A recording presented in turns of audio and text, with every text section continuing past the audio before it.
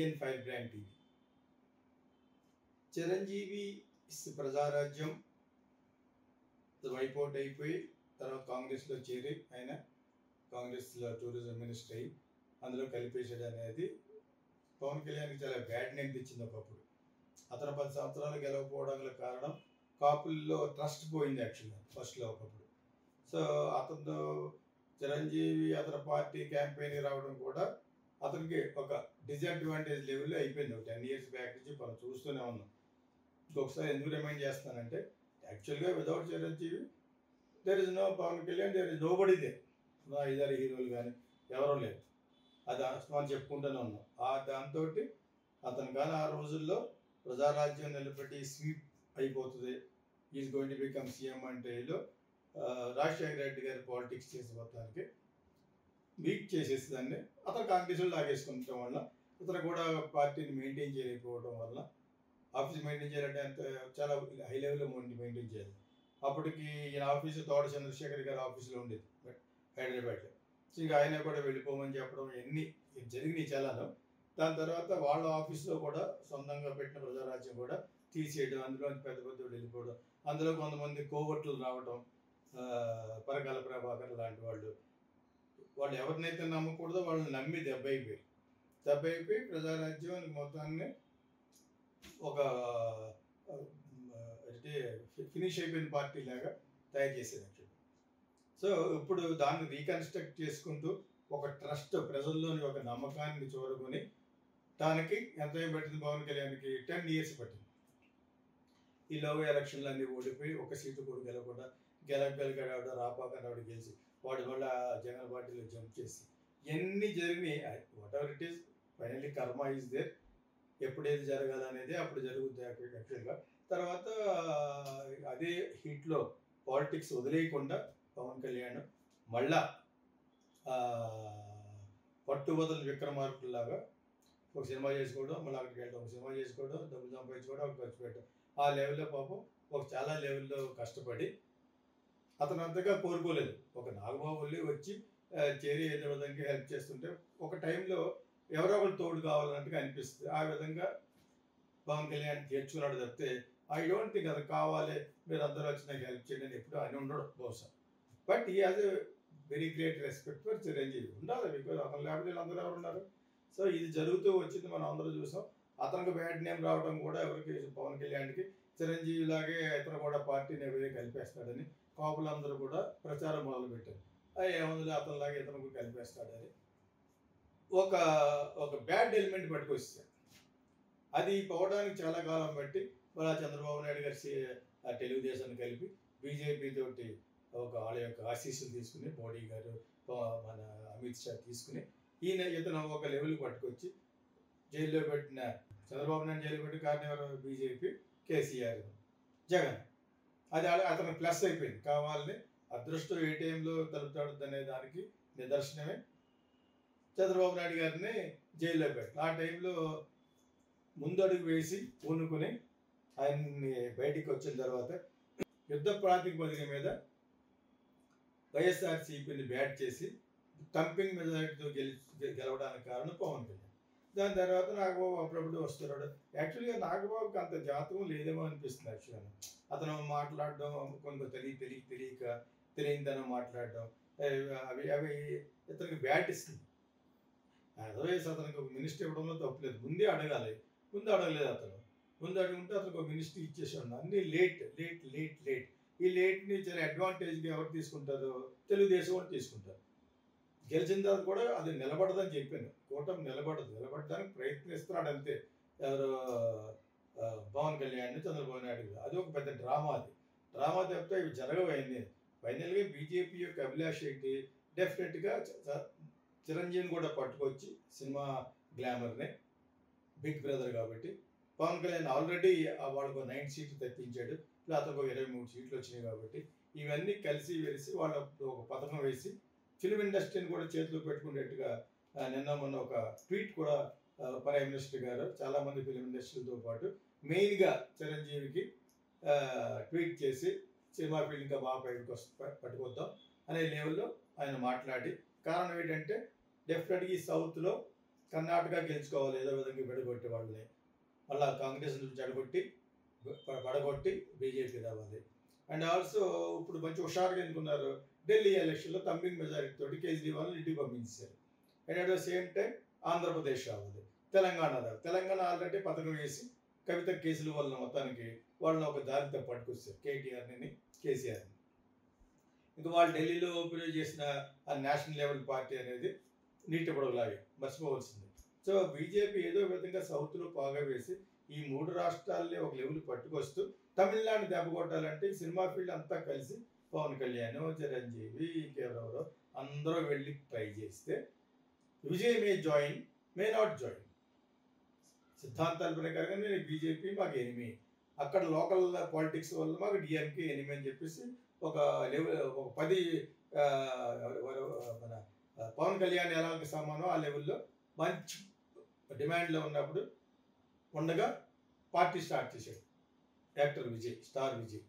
అంచేత తమిళనాడు కూడా ఏదో విధంగా వాళ్ళకి ఒక సపోర్ట్ కావాలంటే, కొన్ని సీట్లైనా రావాలంటే, ఇక్కడ కూటమి మొన్న ఆంధ్రప్రదేశ్ 9 సీట్లు ఎలాగొచ్చినాయో అదేవిధంగా తమిళనాడులో కూడా రావాలంటే విజయ్ జాయిన్ అయితేనే వస్తుంది. వీళ్ళు చేయలేరు. అక్కడ అన్నామలై కుప్పస్వామి మన ఐపీఎస్ రిటైర్మెంట్ తీసుకుని జాయిన్ అయిన వెరీ ఎడ్యుకేటెడ్ పర్సన్, చాలా డెడికేటెడ్గా చేసాడు, కానీ వర్కౌట్ అవ్వలేదు. వాళ్ళలోనే కొన్ని చీలికలు వచ్చేసినాయి. అది అవ్వకపోవడానికి కారణం ఏంటంటే అక్కడున్న బ్రాహ్మిన్స్ డామినేట్ చేయడానికి ట్రై చేశారు మన బీజేపీకి. అది ఇతను పడనివ్వలేదు. అతను లోకల్ పాలిటిక్స్గా అన్నామలై కుప్పస్వామి వాళ్ళని దూరంగా పెట్టి కొంతమందిని కట్ చేసాడు. అది ఆల్రెడీ ఎప్పుడో వచ్చి మాట్లాడుకుని వాళ్ళ పేర్లు ఎందుకు కానీ అప్పుడు. సో వాళ్ళంతా పోవడం వల్ల మొత్తానికి వాళ్ళకి ఆ బ్రాహ్మణ్ సపోర్ట్ కూడా పోవడం వల్ల కోయంబత్తూరులో కూడా గెలవలేకపోయాడు అన్నామలై కుప్పస్వామి. ఇప్పుడు అన్నామలై కుప్పస్వామి తోటి పవన్ కళ్యాణ్, ఇంకా మీరు చిరంజీవి, రజనీకాంత్ వీళ్ళందరినీ కలుపుతారు మోడీ గారు. కలిపి ఒక లెవెల్ పట్టు రావాలంటే ముందు ఆంధ్రప్రదేశ్లో సుస్థిరంగా చేసుకోవాలి వాళ్ళ యొక్క పొజిషన్. దానికోసం ఒక పథకం వేసి ఈ మధ్యన లాస్ట్ సంక్రాంతికి కిషన్ రెడ్డి గారి ఇంట్లో చిరంజీవి గారిని పిలిచి దాని తర్వాత వాళ్ళు కూడా కలిసి ఒక పథకం పన్ని, దాని తర్వాత మళ్ళీ మొన్న ఒక కాన్ఫరెన్స్ కాల్లో పిలిచి ప్రైమ్ మినిస్టర్ గారు ఇతన్ని మిథున్ చక్రవర్తిని ఆల్ ఓవర్ ఇండియాలో ఉన్న ఫిలిం పీపుల్ వాళ్ళ తరపున ఉంటూ బీజేపీకి సపోర్ట్ చేసే వాళ్ళందరినీ కూడా పెట్టి ఇండస్ట్రీని పైకి పట్టుకొద్దామని చెప్తే దాన్ని నేను వేరే ఛానల్లో కూడా చెప్పాను. యాక్చువల్గా ముందు ఇండస్ట్రీని పరిశ్రమగా గుర్తించాలి. దాని తర్వాత ఇక్కడ ఉన్న వాళ్ళు కంపల్సరీగా ఎక్కడే ఇండియన్ ఫిలిం ఇండస్ట్రీ మొత్తం ఈ హాలీవుడ్, గీలీవుడ్, బాలీవుడ్ అనేసి ఇండియన్ ఫిలిం ఇండస్ట్రీలో ఉన్న టెక్నీషియన్స్కి, జూనియర్ ఆర్టిస్ట్ వీళ్ళందరూ కూడా ఒక పర్మనెంట్ భుక్తి రావాలంటే వాళ్ళకి కంపల్సరీ ఇన్సూరెన్స్ కావాలి. సో ఇండస్ట్రీస్కి, ఈ ఇండస్ట్రీలో సినిమా తీసే వాళ్ళకి బ్యాంకులు అప్పు ఇవ్వాలి. ఆ విధంగా చేయాలంటే ముందు ఇండస్ట్రీగా దాన్ని చేయాలని నేను మనం ఒక 2-3 ఛానల్ చెప్పాను. మన ఛానల్ కూడా చెప్తాను. యాక్చువల్ మాకు 2 ఛానల్స్ ఉన్నాయి కాబట్టి fire brand, Indian fire brand. So ఇప్పుడు చిరంజీవి గారి గురించి చెప్తూ ఎందుకు చెప్పానంటే ఒకసారి గుర్తుంది చేశానంటే, చిరంజీవి గారు ఇప్పుడు ప్రజారాజ్యమే జనసేనే ప్రజారాజ్యం అని చాలా కాలం తర్వాత 10 సంవత్సరాల తర్వాత ఇప్పుడు అన్నాడు. ఎందుకన్నాడంటే ఒకప్పుడు అది డిసడ్వాంటేజ్ అయ్యింది. చిరంజీవి ఎంట్రీ అయితేనే అతను ఒక ఎవరో మన క్యాంపెయినింగ్ వస్తేనే పవన్ కళ్యాణ్కి బ్యాడ్ అయిపోయే రోజులు అయిపోద్దామని భయపడ్డారు. ఇప్పుడు మళ్ళీ చిరంజీవి యొక్క ఇమేజ్ మారింది.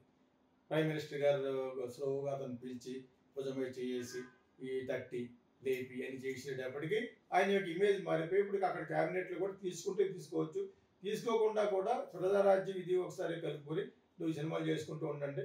బట్ ఈలోగా మీరిద్దరు కలిసిపోయి ఓవరాల్ కాపులు 37% ఉన్న జనాభాని అంతటిని పట్టుకొస్తే డెఫినెట్గా ఆంధ్రప్రదేశ్ బీజేపీ పరిపాలించే దాంట్లో వీళ్ళు కూడా భాగంగా రేపొద్దుట తెలుగుదేశాన్ని కూడా మీరు వెనకాల రండి కానీ ముందు మేమే ఉంటాం అని బీజేపీ బాగా వేయడం కోసం వేస్తున్న ఈ ఎత్తుగడలో చిరంజీవి కన్విన్స్ అయ్యి కరెక్ట్గా మంచి టైంలో వస్తున్నాం. తమ్ముడు కూడా 23 సీట్లు వచ్చేసినాయి. తమ్ముడు తరపున ఇంకో 9 సీట్లు బీజేపీకి వచ్చినాయి. ఒకటి ప్రైమ్ మినిస్టర్ గారు నన్ను సపోర్ట్ చేస్తారు, తమ్ముడిని సపోర్ట్ చేస్తారు కాబట్టి అందరం కలిసి ఉంటే కథల సుఖంలాగా ఆయన కూడా ప్రజారాజ్యాన్ని మళ్ళీ మూతపడిపోయినట్టు కాకుండా ప్రజారాజ్యమే జనసేనే ప్రజారాజ్యం 2 కలిసినాయి అని చెప్పేసి మన ఏదో ఫంక్షన్లో ఆయన కూడా అనౌన్స్ చేయడం అనేది ఇది ఒక శుభప్రదం. ఇట్ ఈస్ ఎ గుడ్ ఓమెన్ కింద లెక్క యాక్చువల్గా. సో ఇది చెప్పడం గురించి నేను ఇవంతా ఎందుకు చెప్పానంటే దీని అంతటికీ వెనకాల ప్లాన్ డెఫినెట్గా BJP ruled by Amit Shah and Modi గారు, ఇండైరెక్ట్లీ ఆర్ఎస్ఎస్ కూడా ఉంది కాబట్టి వీళ్ళంతా కలిసి ఒక యుద్ధ ప్రాతిపదిక మీద సౌత్లో డెఫినెట్గా కర్ణాటకని కాంగ్రెస్ తప్పించి మళ్ళా బీజేపీ రావాలి. ఆంధ్రప్రదేశ్లో బీజేపీ డామినేషన్తో ఉన్న కూటమి రావాలి. నాట్ తెలుగుదేశం డామినేషన్తో ఉన్న వస్తే వాళ్ళకి ప్రయోజనం లేదు. ఈ రోజు కాకపోతే రేపైనా చంద్రబాబు నాయుడు నమ్మలేమని చెప్పేసి వాళ్ళకి ఎప్పటి నుంచో అపనమ్మకం ఉంది. కానీ ఈ వయసులో ఆయన చేయకపోవచ్చు. వాళ్ళ అబ్బాయికి ఏదో లబ్ధి జరిగేట్టు చేయొచ్చు. కానీ వాళ్ళ అబ్బాయి కూడా క్యాస్ట్ ఫీలింగ్ 99.9% ఉంది. నేను మొన్న ఒక ఛానల్లో కూడా చెప్పాను. అది లేకపోతే అతనికి కూడా వీళ్ళు చేరొచ్చు. నేనే పై చేయి ఉండాలి, మా వాళ్ళే అన్ని కార్పొరేషన్లో ఉండాలి, ఆ వాళ్ళే అందరూ ఉండాలి అని పొరపాటు. అతను మా దగ్గర ఉన్న ఒకే ఒక మంచి పాయింట్ ఏంటంటే ముసలోళ్ళకి కాకుండా యంగ్స్టర్స్కి ఇస్తాడు లోకేష్. ఇవ్వాలనే యాటిట్యూడ్ కూడా ఉంది. That's one point is correct. అతనైనా ఎవరో మన పవన్ కళ్యాణ్ అయినా ఫర్ బి సేమ్ నాలాంటి వాళ్ళకి. కానీ ఇక్కడ మళ్ళీ చిరంజీవి ఇప్పుడు ఎంటర్ అవడం వలన పార్టీ చాలా బలమైపోతుంది జనసేన. ఒకప్పుడు డిసడ్వాంటేజ్, ఇప్పుడు మనకు ఆల్రెడీ గెలిచాడు కాబట్టి పవన్ కళ్యాణ్ ఇప్పుడు కరెక్ట్ పొజిషన్, కరెక్ట్ టైం అనమాట. ఒకప్పుడు చిరంజీవి గారు క్యాంపెయినింగ్ వస్తేనే ఇతనికి ఓట్లు పడవేమో అన్నట్టు లెవెల్కి బ్యాడ్ నేమ్ వచ్చేసింది. ఇట్ బికాజ్ ఆయన పార్టీని వైండప్ చేసి కాంగ్రెస్లో కలిపేశాడు కాబట్టి. దానికి మెయిన్ ప్లాన్ వేస్తూ వైఎస్ రాజశేఖర రెడ్డి, దానికి పడిపోయాడు అతను. సో అలా పడిపోవడం వల్ల ప్రజారాజ్యం మంచి గ్రూప్లో వెళ్తున్నప్పుడు పడగొట్టేసేటని కాపులందరూ డిసప్పాయింట్ అయిపోయారు. సో అది ఆలస్యం అయితే ఆవేశాలు తగ్గుతాయి కాబట్టి కొంత ఆలస్యం అయింది కాబట్టి 10 సంవత్సరాలు అయింది. ఓ పక్కన తంపింగ్ మెజారిటీతో తమ్ముడు వచ్చాడు పైకి పవన్ కళ్యాణ్. అతని వల్లనే తెలుగుదేశం కూడా గెలిచిందని ఒక మంచి పేరు తెచ్చుకున్న టైంలో అయినా కూడా తెలుగుదేశం అతను ఏదో విధంగా బ్యాట్ తెచ్చి ఉప ముఖ్యమంత్రిగా ఉన్నా కూడా అతన్ని పక్కన లొకేషన్ పట్టుకురావడానికి వాళ్ళు చాలా కుతంత్రాలు చేస్తారు వాళ్ళ పనే అది. తెలుగుదేశం నా కమ్యూనిటీ చేసే పనే అది. అంటే దానికి ధీటుగా ఇప్పుడు మోడీ గారు వేసిన ఎత్తుగడకి వాళ్ళ బీజేపీ యొక్క కనుసన్నల్లో వాళ్ళ అంబరల్లాలో జనసేన ప్లస్ ప్రజారాజ్యం ఉండేటట్టుగా ప్లాన్ చేశారు. ఆ ప్లాన్లో డెఫినెట్గా సక్సెస్ అవుతారని నేను అనుకుంటాను. That time will speak, that time will prove. So ఈ సందర్భంలో మొన్న ఏదో ఫంక్షన్ సందర్భంలో చిరంజీవి మంచి అదును చూసుకుని అనౌన్స్ చేయడం అనేది it is one of the wonderful decision. We wish all the best. Prajarajyam plus Janasena is equal to again Janasena, రెండు ఒకటే అని చెప్పాడు. It is a very very good announcement by megastar Chiranjeevi. For all film lovers, here comes Geeta Krishna International Film School. Meet Geeta Krishna, director of famous movies like Sankirtana and Kokila. At Geeta Krishna International Film School, we are all about making movies come alive. Whether you're starting out or sharpening your skills, Geeta Krishna is here to mentor you every step of the way. From script writing to directing, he'll help you refine your craft and bring your ideas to the big screen. Join Geeta Krishna International Film School for acting course, screenplay, direction course, line producer course, ad film making, news anchoring, dubbing, voice over and more. We offer long term for 5 months, mid term for 4 months, short term for 2 months. DM for more details.